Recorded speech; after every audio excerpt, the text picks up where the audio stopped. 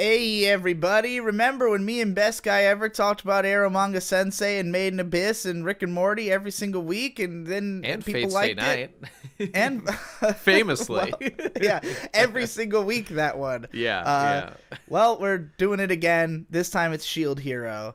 I don't know about you, that, Digi. Oh, sorry. Go on. Yeah. Go on. Oh, just a show that I think a lot of people are expecting us to have a certain opinion on, and I don't think we're going to meet that expectation. Yeah. I was as I was watching it, I was definitely thinking that you would have some strong opinions. And I mean, so I'm a big fan of the manga. And I've read a little bit of the light novel. I am also a fan of the manga. That's the thing. Right. That's okay. So I think I know where we're going with this, but we'll see. Yeah, We'll see how I think we both like this show a lot more than people are going to expect us to. Is what I'm trying to get at here. Oh, like it more? Well, I mean, man, we'll get into it, but like I've got some conflicting feelings. I don't know. I feel like a lot of my thoughts are nitpicks. The overall story. I mean, what can I say? I'm a huge fan of the manga. It's one of my favorite ones running today. But God, this show's ugly at times. It is. I'll just come out and say it. It's not as good looking as I would have hoped or expected from the studio making it. The ones who made Made in Abyss, ladies and gentlemen. Right. Same people. Same OST composer. And the music's great. Kevin Penkin. Yeah. I was expecting... again, I hate to say it, Kevin Penkin, when I heard he was doing it, I was hugely excited. There were tracks that as I was watching the show back a second time a little bit, I was able to pay more attention to it. I did find myself enjoying the tracks more, but man, the first time I watched episode 1 of Made in Abyss, I was blown away. And I don't blame him for this, because a lot of it was how the episodes were structured with that and the big lyrical bits. Never felt anything even close to that level. So, I think it comes down a lot to the way that these adaptations were handled, because Made in Abyss clearly took a lot more liberties and was more like a they tried to make a show out of it. You know, it's occasionally we criticized it for having more moving manga-esque episodes, but those were it was kind of like with Made in Abyss, watching something go from a 10 out of 10 to something a little not as exciting. Shield Hero, I feel like this, for me, these first 2 episodes were a solid 7 out of 10 the whole way through. Yeah, I feel about the same. Yeah, nothing mind-blowing, but it did... I mean, for one thing, it's practically a one-to-one adaptation of the manga. It basically is the exact same. I did some research, and I found that there are elements drawn from the light novel that weren't included in the manga. Well, we can touch on those as we go, but for the most part, yeah. Because the only scene I didn't remember... from the first episode is the part where he sits down with the other 3 guys and they all clarify that they are from alternate universes. That was the first one that I went and looked up. That tidbit is not included in the original manga. The fact that they are canonically from different Japans and different universes, that's in the light novel but not the manga, and they brought it back for this, which is a fascinating tidbit. I'm not sure why they didn't include that in the manga. It's pretty cool. The funny thing about it is, and what I kind of like about Shield Hero, and I guess I'll get right into defending it. Because when I read the manga and watched the anime, I felt like it was apparent right from the start that there was a lot more going on than met the eye. That right away you've got this sense that everything's wrong and that it's on purpose. So when he shows up in this alternate world and all 3 of the other characters are immediately acting like total douchebags, something about the way it's written and handled, it didn't come off to me as this is unbelievable. It came off to me as there's more going on here. And that's obviously the case. It is funny that in the manga they don't tell you that detail, which kind of clarifies what is going on, why those 3 guys are like that. That's actually quite an important point, since it explains why they have information he does not have. His Japan just didn't have this particular allegorical game, or whatever, the game that relates to what's happening here. So he just was fucked from the get-go before even getting here. And just the fact that the game apparently is exactly the same as the world. They make it clear that these guys are so used to it because they're I play this game all the time. This is not even weird to me. I almost kind of thought this could happen, is the attitude these guys have. Indeed, indeed. Which then creates an even deeper sense of mystery, because if you just read the manga, the mystery is why are these guys like this? If you watch the anime, then it's okay, I get why they're like this, but why did our main character end up involved? why is this world seemingly conspiring against the Shield hero? What's the deal? There's gotta be something to it. The one thing I'll say that when I first read it, I don't know, maybe it's upon like basically seeing the story for like the third time essentially. I do sort of feel almost like, maybe people will be surprised by this, but I almost feel the Shield hero definitely gets a raw deal, but he's a little bit like, even before anything truly bad happens to him, he's a little bit of a whiny bitch. Just about the fact that like oh no, the guys are like, they have more information. Like his internal monologue, I feel like a lot of it is set up to make us empathize with him, not just like, oh wow, we're such fish out of water here. Specifically that like, oh yeah, I also hate these guys. And while I understand that, I almost feel like it's kind of a pussy mentality that I don't respect. That he's so, like, I don't know, he's just such, like, a whiner in his own mind at the beginning. And that's before anything truly bad happens to him. It's understandable afterward, but... I think it's just because, like, he's been thrust into this situation so suddenly, and, like, anybody else... It's kind of interesting that the fact that those other players exist kind of affects the way that he's going to interpret this, because I'm sure he would have been freaking out if not for the fact that these other guys were taking it in stride. And he kind of is like... He's kind of like, oh, I guess we're all doing this then. You know, like, oh, it seems normal to these guys. And so, like, when he finds out that he's the odd man out, it's like, oh, well, now I understand why you guys were also okay with this. But, like, initially, it just seems like 3 other Japanese dudes are just totally, like, it makes him look, like you said, it kind of makes him look like a whiny bitch that these guys are so okay with everything. And I think he feels that. I think in the beginning, he's like, oh, all right, I guess I'll go along with it because I don't want to look like a little bitch. You know, I don't want to look like the one who had no idea what was going on. But then once he realizes that, he's like, oh, okay, so this has all been skewed against me from the start, you know? Yeah. That's only a complaint at the very beginning of the story, and I almost feel like it's a little bit retroactive, that they've kind of given him a bad attitude before the terrible things even happen to him to justify his bad attitude. I feel like it's a little bit of like sloppy characterization, but then again, and the reason I say that is like, I feel like they're doing this specifically, they want us to be all in on Team Naofumi, and like just to feel, I feel like the story really is written for like sad beta males who of course of course, I mean, as most anime is. That's the thing, we're gonna get made fun of for liking this show because absolutely it's such it is the, I mean, if you look at 4chan, every post is like, buy fedoras for fedoras, you know, like yeah, absolutely. Although if I'm not incorrect, this was written by a woman. It's by a woman. It's speculated because his name is Anako Usagi, and Anako is a woman's name, so yeah. Well, Usagi means rabbit, and I don't think many people are named that. But Usagi with a Y at the beginning. Usagi. But okay. Anako, it's a woman's name. I guess no one actually can confirm if it's truly a woman. It seems as though, because from what I heard, like, there was just no information about the person at all. Like, nobody knows who they are, and they've like really covered up themselves. So that's why people have thought it's probably a woman.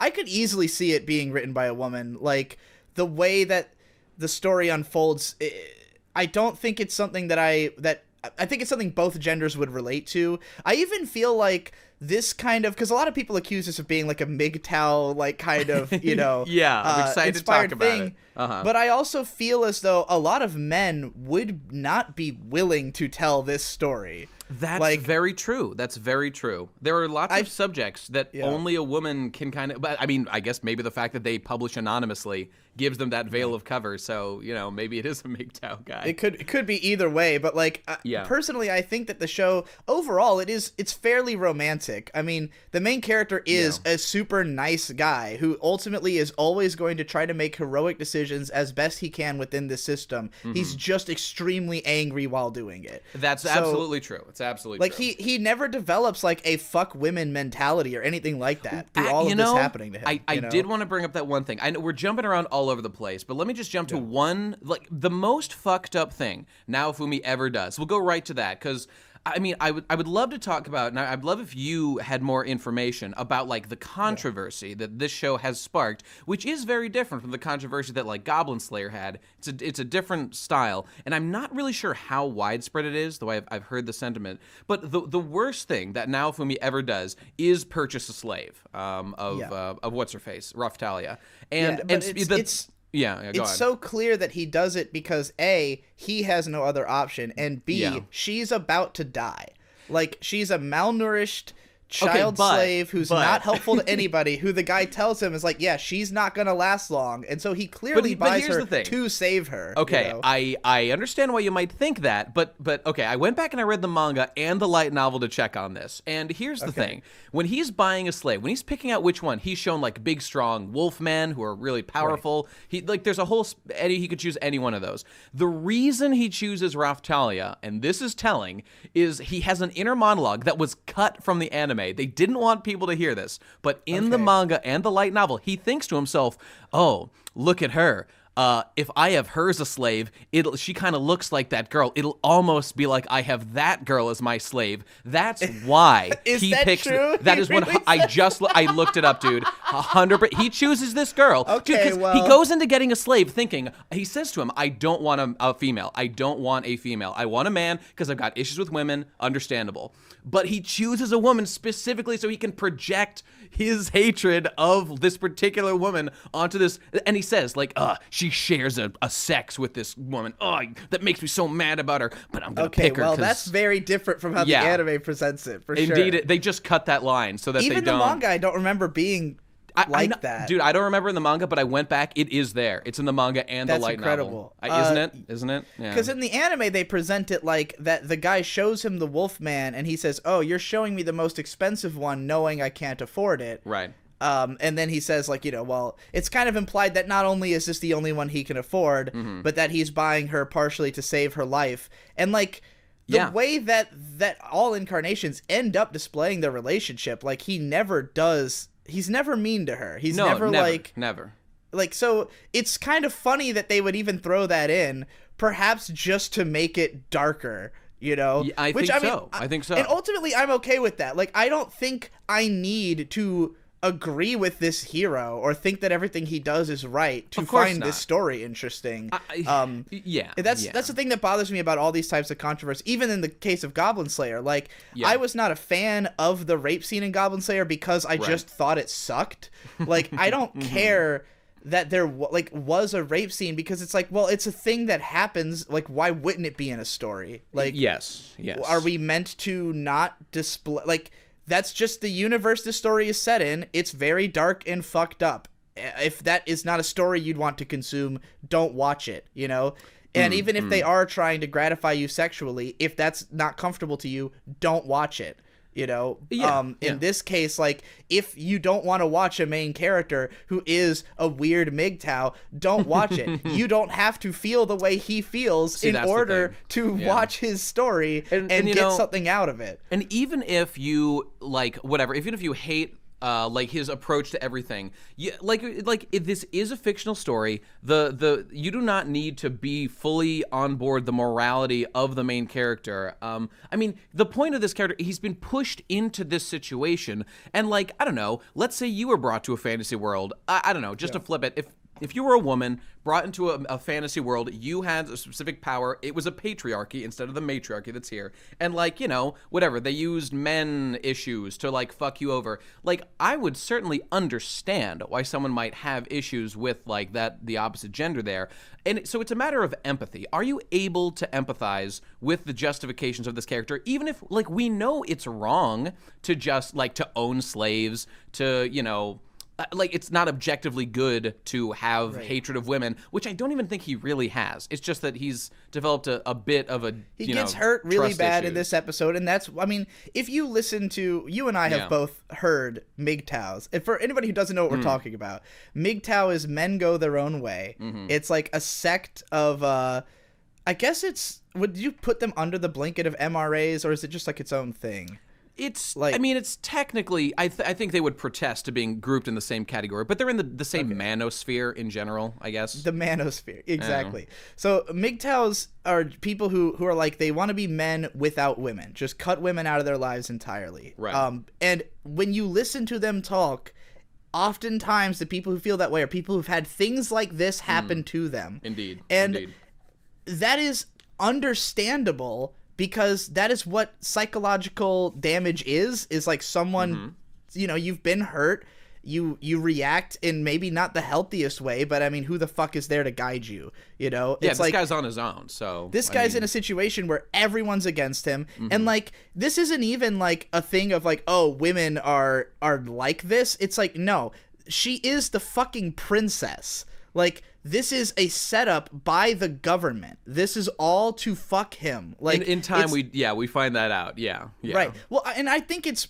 like, even from the beginning, it's pretty obvious that it's not just this woman acting of her own accord. It's like everyone's trying to fuck him from the start. There's clearly something wrong. Yeah, at the very minimum, there's just prejudice against the SHIELD hero from the start. Right. That it's so, the way it's presented, it's like, because there's no reason given. It's like, people are like, oh, SHIELD hero, but like, if it was just that, then they would just treat him like a joke. They would just be like jabbing him and making fun of him. But like, the way the king goes out of his way to ignore him and to not even like believe that he has any potential, to just like totally shove him aside. It's so like, I almost think of it like as a horror scenario. Like, it gives me the creeps. It's a social horror scenario. Absolutely. Right. Frankly, all false accusations are like real life relationship horror scenarios. It can't get much worse.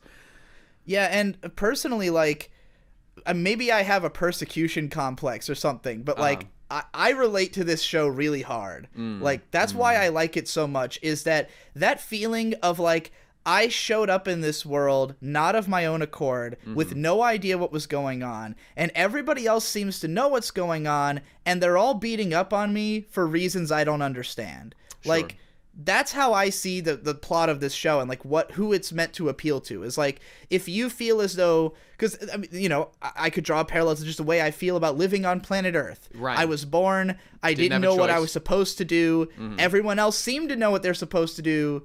But like, you know, because I am awkward, I am now thrust into the position of having to defend myself, of having to live in this world anyway. There's no escape. He can't leave. You know, the king just straight up tells him, like, yeah, you're not leaving until you accomplish something. And he's like, well, I guess if I'm going to be a renegade from society, then I'm just going to do everything my own way and fuck all of you. You know? Yeah, and that's why I love him. That's why it's so easy to get behind him for me. He goes full libertarian, and it's fucking great. And the fact that he just like carries monsters on his body and just he just like puts monsters on the faces of merchants and is just like, yeah, don't give me a raw deal. Like, if you try to fuck me, I'm gonna fuck you twice as hard. He's had no choice but to leverage whatever weapons he can obtain in order to survive, and just so he can do he doesn't even want to be doing this. He wants to be gone, but he's forced to do it. So yeah, and I just love that detail of so he's the SHIELD hero, got no offensive capabilities, can't even hold a weapon. I wonder if he can fucking hold a knife while he's cutting his dinner. I don't know. But that's a good question. I don't know. That. And fucking he uses like the monsters out in the field. This is one of my favorite things about him early on this series. Like, his defensive capabilities are so strong, enemy monsters can just bite onto him, and then he can use those as weapons. Man, that's dope. Right. That's creative thinking. That's smart. Using tools available to him. I definitely think that the whoever wrote this, I think they approached it like, hey, what if I wrote a hero who had no offensive capabilities? Yeah. How can I take that as far as possible? Like, it's a Socratic exercise, basically, of what would be, you know, if you were in this fantasy world with these limitations, and it's pretty damn consistent.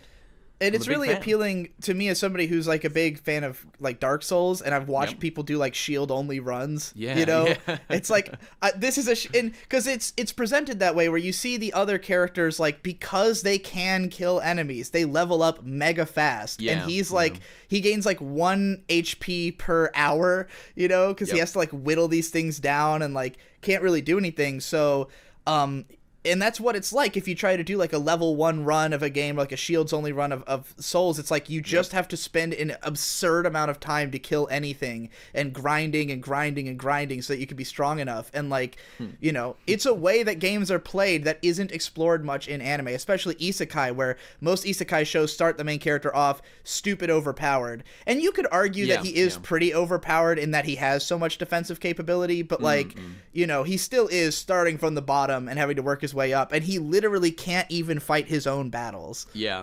It's fucked. And man, just the issue of like he's forced into a situation where everyone hates him. He's not able to form a party. Nobody trusts him. He's been betrayed by everyone, and yet he is forced to rely on others. Like if he was the sword guy, he'd be Gucci, fam. Wouldn't be an issue. He could fucking solo. But because and this is why I really like the fucking entire narrative of the show. He's like, it's kind of a romantic notion. We're human beings. We're social animals. We're forced to work together. We're forced to be with each other. We have to find ways to make it work. And that's why capitalism, baby, is the way to go. We got competitive markets going up in this bitch. Fucking libertarian for life.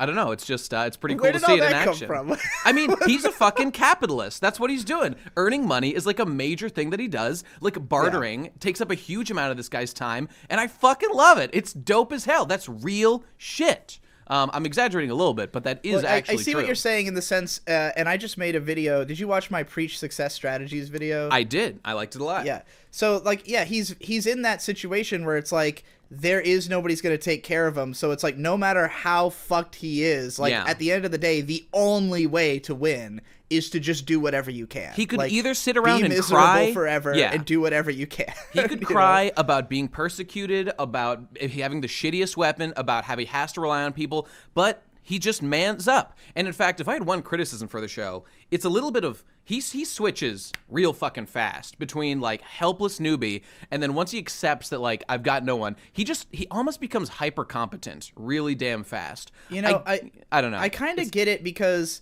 he is divorced from his own world, and so it's like any isekai show, there is that starting over element of like, yeah, I was just some otaku back in my world, but here again, because he does have such defensive capability, he at the very least he knows nobody's going to kill him, either because they can't or because they know he is important. He's one of the 4 heroes.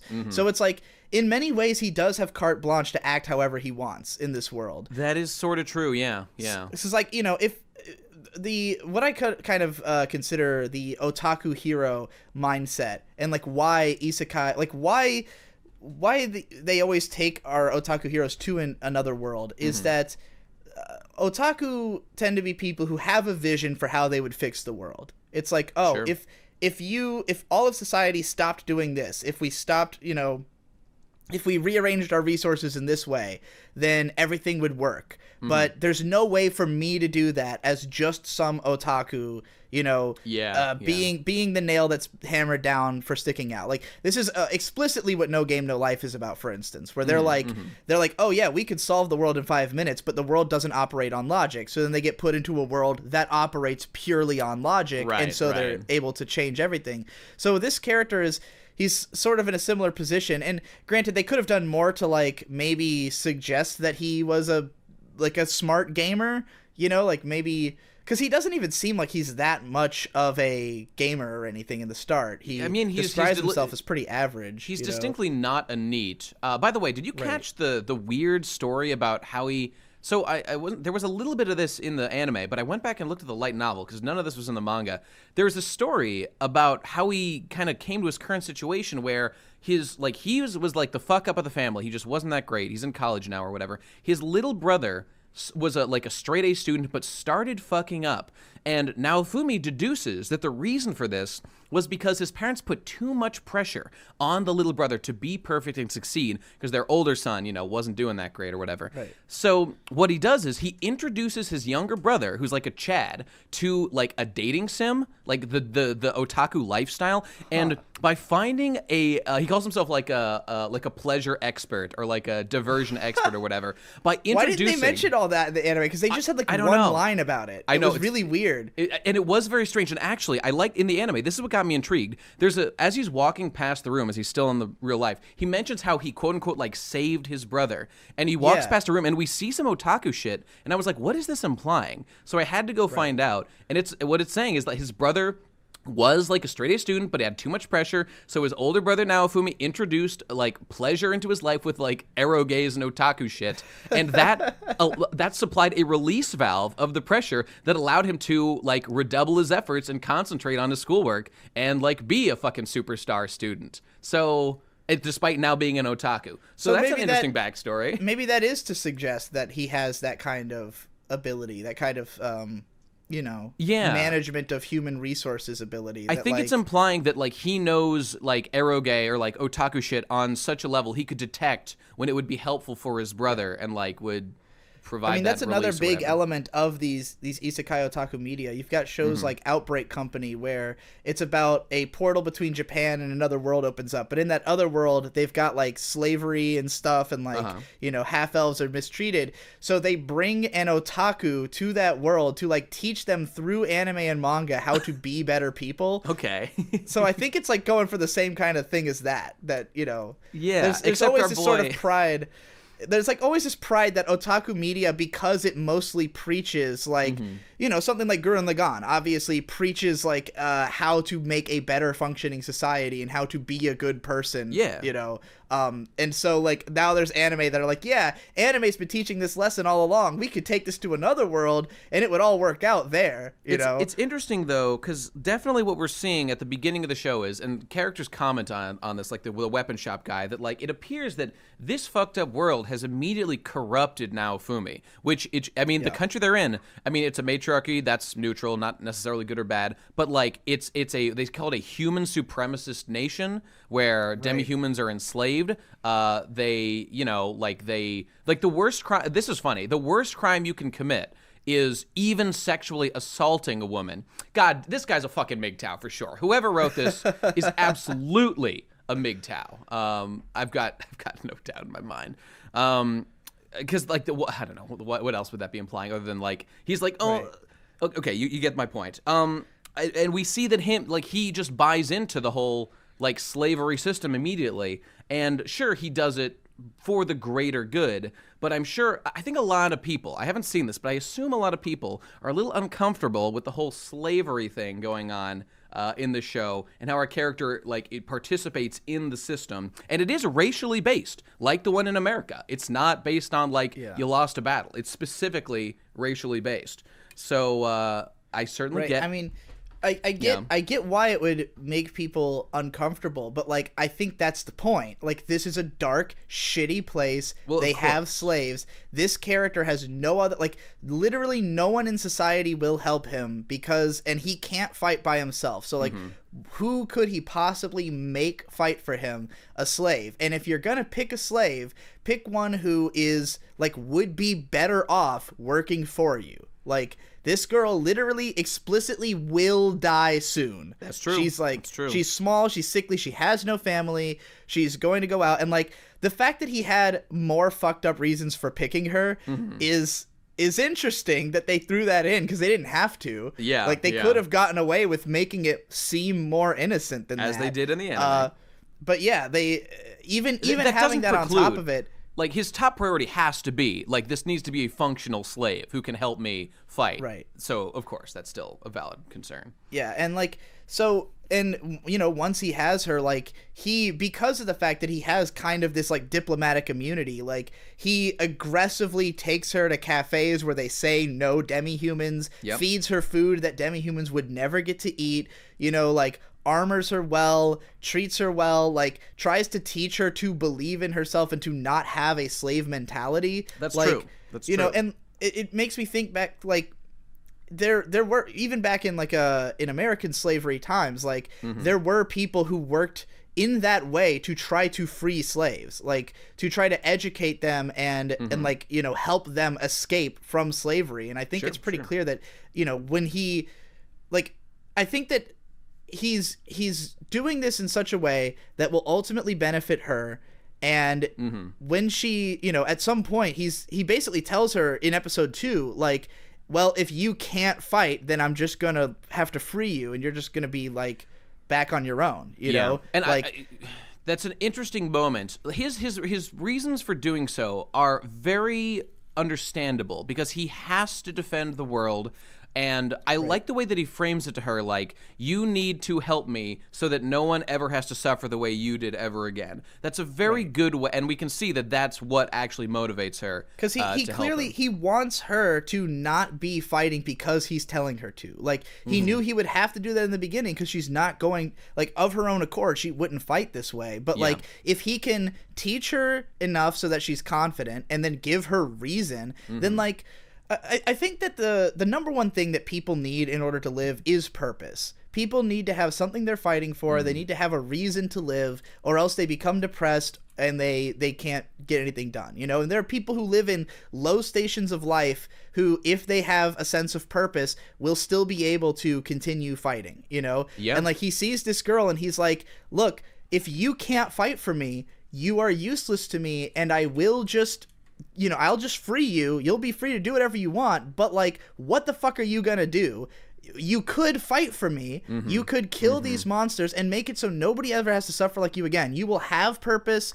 You know I'm going to take good care of you, you know, like, because she thinks back. She's like, well, I know I trust this guy. I know I like this guy. And yeah, I don't want this to happen to anybody else. So fuck it. I guess this is what my life is now. And aside, and it should be noted that it's true he had ordered her to do things up to that point. But when with the dog that and she is, you know, fighting her childhood trauma because it was this dog that killed her parents, or a very similar one. He deliberately removes the command to stay and fight, and so she chooses herself to stay and to help him at that moment. So that was not motivated by that. And I really like that they pulled out all the stops to make it like right away she has to fight like her worst fear. Yeah, it's like, which is good. We're getting the right same to it. kind of monster that killed your parents. So like, if she can do this, it's like the sky's the limit from here. You know? Absolutely. And you know, this brings up a topic that I've been more and more thinking about lately. It's the concept of anti-fragility. And it's that, like, so what helicopter parents have done to the millennial generation a lot, the effect of being too we're pulling loving. out all the buzzwords on this podcast. I know we are, but it's true. Like, this guy, I watched a Joe Rogan podcast with Jonathan Haidt where he talks about anti-fragility, and it's just that it's just tough love essentially, but it's just a fancier word for it. And it's just what have we done to the world and to people by making lives comfortable, taking away what do they call it, like bulldozer parents who like remove all obstacles from a child. Children need to grind issues to gain EXP, to level up and face life's challenges with like rigidity and toughness and power.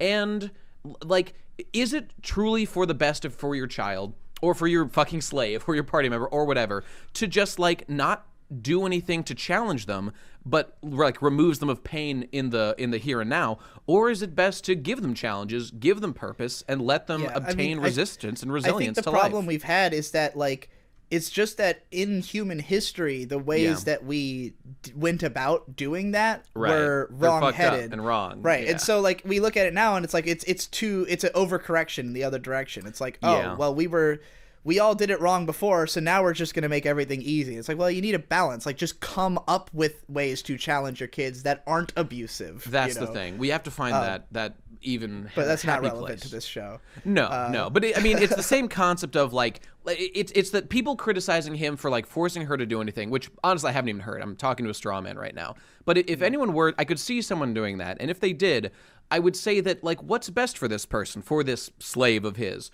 to just leave her with her, like, trauma her whole life, to never overcome it? Because, I don't know, like, psychologists, I've heard discussion of this. The way that people get over trauma is to confront it little by little. It's not to isolate them from it forever and just hope they never come in contact, because you'll never be a functioning person that way, and you'll always have these issues. So, I don't know. The funny thing about this is that I feel like this show went out of its way to make this as easy as possible to swallow. Yeah. Like, that, like, Well, there are ways that this could have been done where it would have been a much bigger moral question if, like, the personalities or the life situations of the people involved had been different. Yeah. So it's funny to me that there even is a controversy when they went so far out of their way to make it defensible. You know? I mean, do I think that just bringing up concepts like, you know, false rape accusations and slavery are those buzzwords that could get people talking? Of course. But the show, if you pay any attention to the narrative, it totally makes sense and is not unreasonable. I just have to wonder, like, are we not allowed to have any show where false rape accusations like this happen when it does happen in reality? Let's talk about that. You know? So okay, some people I know are mad about the rape accusation thing being included as a plot element. Okay, first of all, we have to all admit that false rape accusations do happen, of course, and that toxic femininity, in the sense of, like, one can use femininity to, like, manipulate, do bad things, that is real. It is real, okay? Everyone in the world agrees? Okay, great. Now that we've done that, we can decide, is it like wrong to include it in a show? And I think the reason someone might think that it's wrong is because that person might argue, well, it's such a small issue to highlight it as if it was something that could happen. It's not a small issue, though. It's something that happens every day to people. It's like in the same. I understand. Like this is kind of. I'm about to make like a total MRA argument, but okay. I'm ready because basically what men's right activism is about is to remind you that yes, all of the problems facing women are real and true and should be talked about. That should not come at the cost of talking about the things that happen to men. Seems reasonable. And like this is not something that's like in every show. It's not like there's constantly shows coming out where guys get accused of false rape accusations and that ruins their lives. It's like it's something that happens to real people. Mm-hmm. It should be addressed in media, and like the fact that like I could see people saying like, oh well, why fixate on that when there's so much worse problems facing women? Make other shows that tackle you can those make problems. That argument about any point ever. I will always say that like there should every single perspective, every single issue should be covered by media. If something's not being covered enough, that's a problem of not enough people creating. It's not a problem of the things being created not addressing the problems you want them to address. Because people are going to write about the stuff that affects them, that they think about, that, that is important in their lives. And maybe something like this happened to the author, or maybe it happened to somebody they know. It could be like, I still would be willing to believe that this is a female author because I know women who are more upset at other women for stuff like this than any man has ever been. Imagine that you're a woman and this happens to your father. Like, just imagine that happen. And, now I get it. Okay, understood. This is not good. We can't be having this anymore. Exactly. Yeah, I mean, it'd be fucked up. Like fucking Lena Dunham, when she was defending, like, her buddy who was, like, accused of, like, sexual misconduct or something. And then she defended him because, like, she believed he was a good guy. It's just the same thing. Yeah. So, like, and I'll tell you, again, that kind of stuff, like, to me, it's just like, yeah, that's a reason. That is a good reason for this guy to be put on the back foot. It's an obvious way to fuck somebody over when you're trying not to get rid of them just to make everybody hate them. Yes. And like what better way was there in this society?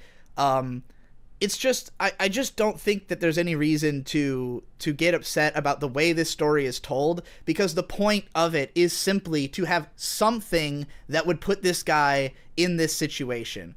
So it's like it could have been anything. The writer could have done whatever they wanted, but like this is something that would be very effective towards a character in this position of this lifestyle and to the audience who's reading it. And like, yeah, I'm sure that there's a lot of guys who are going to come away from this like, oh, fuck bitches. Like they're all like, fucking, of course some fucking whore would do that to him. But like, I don't even think the character ultimately feels that way in the long run. And like, he takes good care of a girl throughout the whole story. Indeed. Indeed. And like the relationship between them is frankly adorable.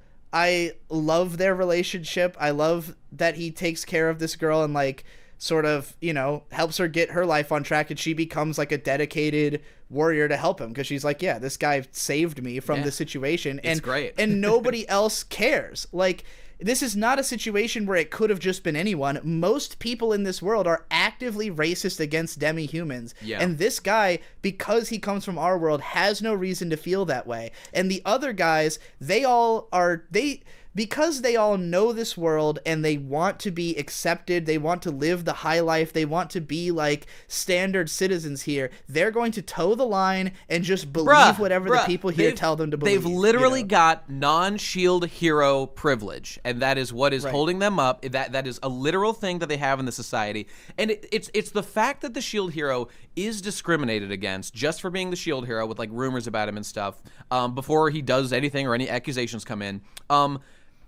Like he can relate to the plight of the demi-humans, and that's why he becomes like a champion for them. It's it's like the same situation.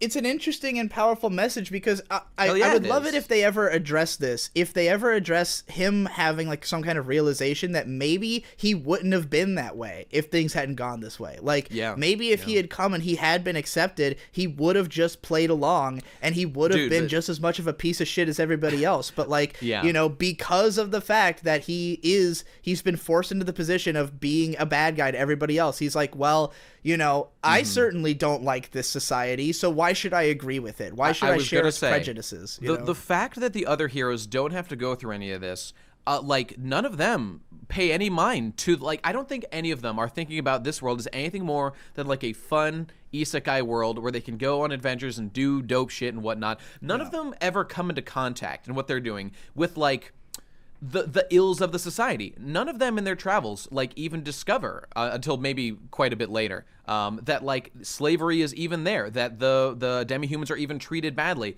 Right. And when Naofumi brings, you know, his slave Raphtalia, they perceive him to be, you know, the only bad guy here. But the problem is the system itself. And none of them spend any time thinking about that. They spend time doing other stuff when it's Naofumi who's the one who, you know, this becomes his crusade, his cause. And of course, we'll be able to get more into this in more depth as the anime gets to those. I don't blame people for not knowing all this because, this has all come. A lot of it comes later, but nonetheless, that's where it's going. So people out there talking, you know, saying that. Well, I mean, if people are just going to say that it's not okay to show any particular issue, like it's wrong to have a story about false accusations. Why is that? That doesn't make any sense. It is real. It could happen, and it's a provocative turn of fucking an event.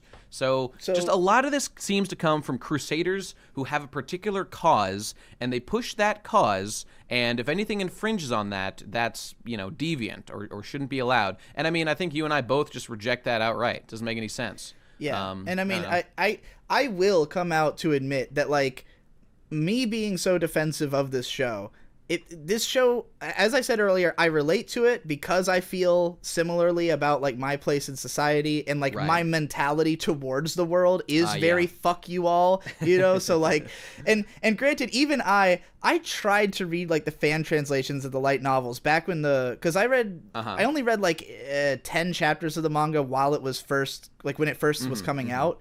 So, I probably haven't read nearly as much as you have. I think there's, like, 50 now, yeah. Yeah, so I haven't read much of the manga, and I had tried to read some of the light novels, and the way they are written is so edgy, it is painful. Oh, yeah? Because, like, his mental dialogue is just like, oh, these fucking pieces of shit, everyone's a fucking asshole. Like, he's just constantly, like, angry, and, like, that doesn't come through as much in the manga or anime because they don't have as much of his inner monologue. Yeah, and, like, you know, I imagine that if you just read the light novels, you would probably picture this world more, like, literally dark. Like, just a bleaker, blacker, more, like, turgid society than what is presented in the manga and anime. And, the manga has really nice artwork, and that was part of the art, why I like it as well. It's one of those where, like, the manga is a good enough adaptation that it has continued going, you know, that, like, it will probably cover the whole light novel. And interestingly enough, because they're both available in the U.S., from a publisher called One Piece Books. Okay. That's Peace, One Piece Books. Oh, and it's, like, all they release. All I've ever seen from them is the Shield Hero manga. They've got and light one novel. MGTOW running that whole operation. But yeah, so, like, it's, you know, it's clearly successful enough that it's gonna go for a while. The anime is not gonna have a conclusion, but they are making 26 episodes, I think. And the first episode was 45 minutes long. I really appreciated that because the first chapter is that long. It's long as fuck, and I think it ends in a good place. So that was a good idea to adapt such a huge amount. But yeah, like, the anime is pretty much just serviceable. It's like, you could watch this, and it adds color and music, and that's cool, but, like, it doesn't add anything else over the manga. And, like, if you read the manga, you get the speed and you get the consistency of the artwork. So it's like, you could really pick either or, and it just depends on what do you like more. If you're more of a manga person, I would say go with the manga. If you're more of an anime person, you can watch the anime. It's fine. It's not any worse, per se. you know. I've got a couple of little nitpicks since we're on this subject now. I mean, I'm a manga guy, as I've said, and I so far, yeah, would definitely pick the manga. And one of the reasons is, one of the things that bothered me, a small thing, but it makes a difference. It's that the character design of Naofumi, like, his face is a little sharper, and I don't like that as much, but that's not the real issue. The real issue is, at the moment of truth, when Naofumi gets his, you know, the accusation and his reputation is completely destroyed, at that moment in the manga, there is a visible design shift in his design where he glares more, and specifically bags appear under his eyes. And I went there and read a bunch. The fact that those bags under his eyes are not included at all in the anime, I think, does a big disservice to making him seem like he's been changed. And he just seems like the same kind of guy, like, visually. And yeah, like, his attitude changes and all that. I just think it's a shame they didn't keep that, because I thought that was very effective. I'll tell you right now, as somebody who's a huge fan of bags under the eyes, I wouldn't be surprised if part of why I continued reading the manga was for that detail. I love that detail. It just makes him look like life is just crushing him, and it's a great detail. So that's a shame. That's a shame. And honestly, that's my biggest complaint. One thing that I think is better in the anime is the skill tree of the shield. Yeah, I like the way that it stuff animates and stuff looks really cool. And like, I don't want to talk about it too much because we haven't gotten that far into it. We see the rope shield in episode 2, which is pretty cool. I like the way that I just like the rope shield. It's a good idea. But like, as I understand it, like, how you stack like enemies and like how you build through this tree becomes a lot more relevant as the story goes on. Absolutely. Like, the abilities that the shield develops, like, the more like nerdy gamer fans of this manga tend to fixate on that a lot. I am all about the skill tree. In the manga, I fucking loved it. You don't get him, and seeing him like grind items, feeding into his shield that like do unlocks for new abilities. I mean, that's like my favorite thing about playing games, and having that in this series that's, you know, full MGTOW such as myself, it's just a perfect combination. I absolutely love it. And like, when you watch the scenes in the anime where like he'll feed something in, and then you see like the flipping, oh, it feels so good. It feels so good. That's satisfying as fuck. And knowing that, like, I mean, in a game, when you're playing a game and you unlock a new weapon, you want to switch to it, you want to see what new abilities it has, and so does he. And we connect on that, and it's great. He still is a fucking gamer boy such as us, and it's a great connection. This is I don't know, like, if I could pick any kind of isekai of any of the ones I've seen, this is definitely like my favorite system, or like the way it's depicted is my favorite. I also do think that like adding that scene in that explains that those three guys came from other dimensions into the anime is a huge leg up over the manga in just understanding what the hell's going on. That's true. Like, that is true. Because in both incarnations, if you don't pick up on the subtle wrongness of the situation, then it does seem like kind of obnoxious that those three guys are so flippant. It's just like, wow, does this system just like pick sociopaths? Like, is that the way it works? Because like, these guys don't even give a fuck at all. I didn't even understand that until today, and I've been reading the manga for years. So pretty, thanks for cluing me in, I just always had anime. assumed that something would, like, I always assumed there would be a reveal when I was reading the manga. Like, because of the fact that it's so obvious that the whole system is rigged against the Shield Hero, I thought that maybe it had specially chosen people with a certain attitude, and he was somehow an anomaly, or that he is meant to be a counterbalance to them. And like, the anime even does suggest that a little bit, that like, even in the original light novel that he picks up in the store that teleports him to that world, like, the Shield Hero is kind of described as like being different. And the demi-humans, like, they have a legend that the Shield Hero was the one who likes the demi-humans. So like, there's clearly some element of like, the Shield Hero is deliberately meant to be someone with a different personality from the other people. That's true. But like, at the very least, we have some legs to stand on why these other guys are the way they are, so it doesn't feel like they just happen to all be fucking assholes, you know? I wouldn't be surprised if it was something like that. Still sucks that he just didn't fucking know what was going on, but nonetheless. I mean, is that why, like, his reputation as I don't know, like, what even is the conspiracy? I know this was covered in the manga. I just kind of forget. And maybe we shouldn't even address it if it's going to come up later. But obviously, there's some conspiracy against the Shield Knight from the start. Yeah. People just don't like him. Obviously, so we know that he, like, likes demi-humans. That's, like, his reputation. I guess he also has a reputation of some other negative aspect to the crown.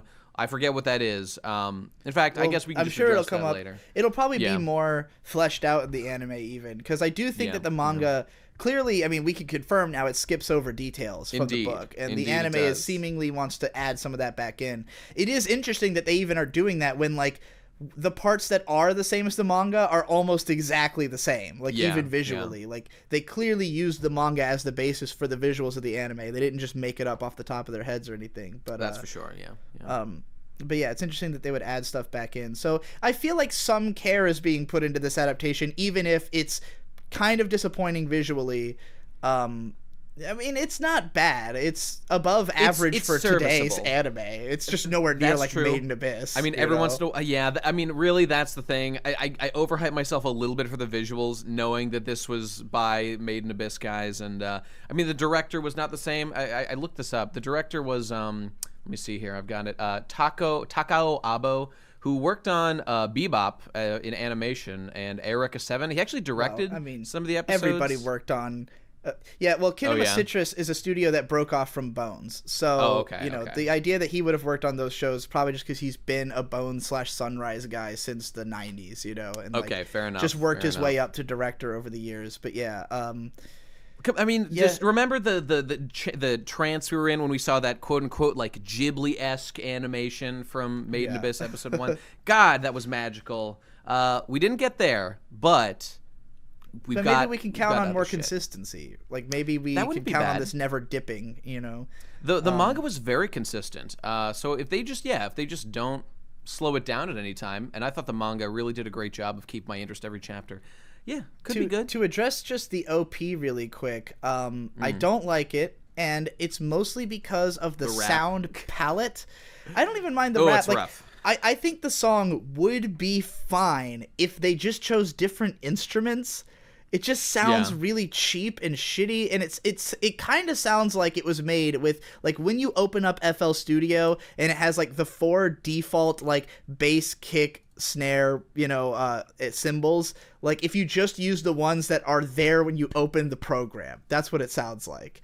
Yeah, it's like the equivalent of using like Apple loops that are built into GarageBand. Like. I'm not a fan. What can I say? It just sounds like ass. The ED was fine. Yeah, the ending was fine. Well, do you have anything else to add? I know you have notes. I mean, I had some note. We touched most of what I wanted to talk about. Now for me being a bitch right from the start, we talked about. I mean, I know some CG here and there. It's just, man, I miss Made in Abyss, but that's okay. I don't know. Oh yeah, I mean, I thought it was cool. This is a small point, but like the foreshadowing about actually some of it's revealed later. But like finding out all the ways that I think her name's Mine, whatever it is, like the girl who fucks him over. She it is revealed that she fucked him over by, like, even though they were in a party, they weren't actually partied, so all the experience that she was getting, and he had no idea. He had no idea that was even a thing, and he just finds out later. He's like, God, that fucking bitch, she got me on that too. It's a I don't know. It adds a layer to how calculated it all is. That like indeed. Because every time something happens to him, he's blindsided by it. So from his perspective, it's just like, well, I got fucked over. But then, like, when he looks back and sees the mechanism of how he was fucked over, it's like, wow, I was really fucked over. He sure was. If I had known anything, and if anybody had tried to help me at all, then this wouldn't have gone this way. You know? And I guess that it wouldn't have been possible if he had knowledge of this world. So just from a writing perspective, they had to make this guy so he hadn't, like, played any of this stuff before. By the way, I suppose, just to go back to a point I made before, on my, like, this guy turns dark real fast when these things happen. And specifically, one line is when he says something along the lines of, basically this verbatim, it's like, when he's going to the slave shop with that guy who's turning him on to the slaves. He says, slaves aren't people, they are tools. And, like, okay, I understand what you're saying, but that's a weird thing to say, to completely throw out, like, all the morality you've ever had and, like, be willing to just justify slavery because like there's I had no just been under moral the impression equation that there. He It's was just, trying to like just say what he thought that guy would want to hear. Like we could infer that, I suppose. I don't know if we know that for that's sure. just like the vibe that I got out of a lot of his dialogue is that like he's trying to look like he's playing along so that he won't be like questioned, you know? Maybe. But that's just the vibe I always got from that scene. Because, I mean, and again, it does seem different when you consider what he thinks about her in the light novel. Yeah, But, like, exactly. the way he treats her would not indicate that he feels that way at all. No, you know? no. Yeah, I mean, it does, like, but that's the weird thing. He delivers those lines so quickly and with such conviction. It feels real edgy, but then when we see his actual character with her, he feels far less, like, he's just a sweetheart. He, you know, I mean, he's just treating her like he would treat any little girl, like, back from his world. You know, whatever, nice to her, buys her stuff. But, you know, he's going to force her to do the job. It's possible that he's also just, like, lying to himself because he's trying to like be dark, you know. He's like, oh, this world is so fucked. Oh, I'm gonna embrace that and act as fucked as possible. But like, it's not in his nature, so it just doesn't really come through in his actions, you know. I think, yeah, you know, I guess I'll say that I feel like it's developed kind of a complex character, but due to bad writing is kind of how I like. They just introduced two conflicting things, and I don't feel it was intentional. But I had always felt that it was like when I read the manga, I had the impression that he was just putting on a facade of edginess for this guy. But like maybe that's just me trying to justify it in my own brain. Maybe it's debatable. I mean, and we know that he's a good person who like respects human life. I guess it's just that I don't know, when he like walks into a slave shop, there's no shot of him like recording like, holy fuck, these are like literal slaves. Like, why are they slaves again? Aren't these like conscious guys who like don't want to be here?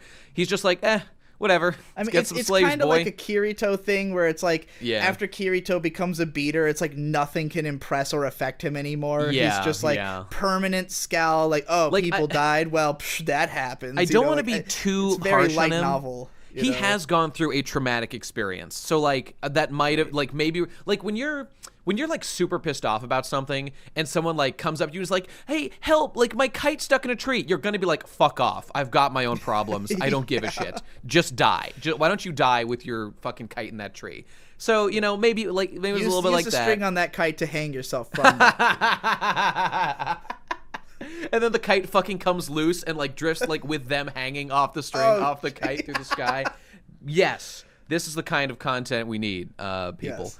Yeah, well, I guess that's it. His edginess is fine. Like, this is peak edgy. It's just gonna go down from here. So that's the funny thing about it too, is that like the story starts in a very edgy, dark place, but again, he never really does anything edgy. Like, he's always a good guy. Like, aside from the things he says, and you know, I'm a big proponent of the idea that like, don't take people at what they say, take them at what they do. You know, like, people will say anything that makes them feel right in the moment, but like, if he never actually does anything bad, then he's not even really an anti-hero, you know. Like, the worst he does is that he like gets back at people who are trying to fuck him over, like, you know, putting the monsters on the faces of the merchants and stuff. Like, you could see that as cruel and mean, but they were trying to dick him over. Or like taking a demi-human into a place you're not supposed to have them. Well, like, in the context of that society, he looks like a douchebag, but like in the context of us as viewers, we obviously think they are wrong to have those rules. So it's like, in the context of the world he's an anti-hero, but from our perspective, he's just a hero. That's true. And I guess that's really all there is to say about it. His actions speak louder than his words. He's not a bad guy. And just by the way he treats, I suppose there'd be some people who just say, I mean, and I sort of get it, just because he's purchased a slave, that makes him a bad guy. I get it. I get what you're saying. Owning a conscious creature is not a good thing to do, but you know, I guess I'm forced to make it for the greater good argument because he needs this to happen. I mean, he's not gonna. I will also say that, like, and I keep forgetting to bring this up. Yeah. I do think there is obviously a fetishistic element to this, and if that's what bothers you, I understand, because, like, I guess. it's also just hot that he, like, the master-slave relationship, the, like, basically like grooming a lolly to be his waifu, like, I definitely think that's intentional, and I like it. I mean, personally, fair enough. But like, he doesn't even think of her that way until she like becomes an adult, which happens right. But quite I mean, shortly like anyway. the fact that happens, and I don't want to spoil what's going on, but like when that happens, it's very much a like, oh, okay, I see how you got away with this kind of moment. You know, it's I suppose. I really think this show manages to make him having a lolly slave girl who will do anything that he says and love him unconditionally. They figured out how to make that acceptable within a story, but it doesn't obviate what I know they're doing. You know? Yeah, I mean, I'm happy to accept that there's fetishism going on here or whatever. I mean, yeah, certainly possible. Wouldn't be surprised at all. I get it. I guess that's it, though. I don't think I have anything else for now. Oh, we went for a straight hour. So there's your introduction to Shield Hero Weekly. We'll be back next week at some point, whenever we can, to talk about episode 3 once it's out. I'm looking forward to it. Yeah, hopefully everybody's like, yeah, this was a reasonable discussion, and not, of course these fucking MGTOWs would love this show. Again, we both gave it like a flat 7 though, so it's not even like 7. I'm not even saying the show's amazing. I just think it's really interesting. I'd read the manga. It's same story but faster. Though it does miss some of the information. That's true. So this might be the definitive package once it's all done. I don't know. I just love that speed of reading manga. That does a lot for me. But whatever. Gonna be watching more, and I'm excited to do so. All right, everybody. See you next week. Bye-bye. Bye.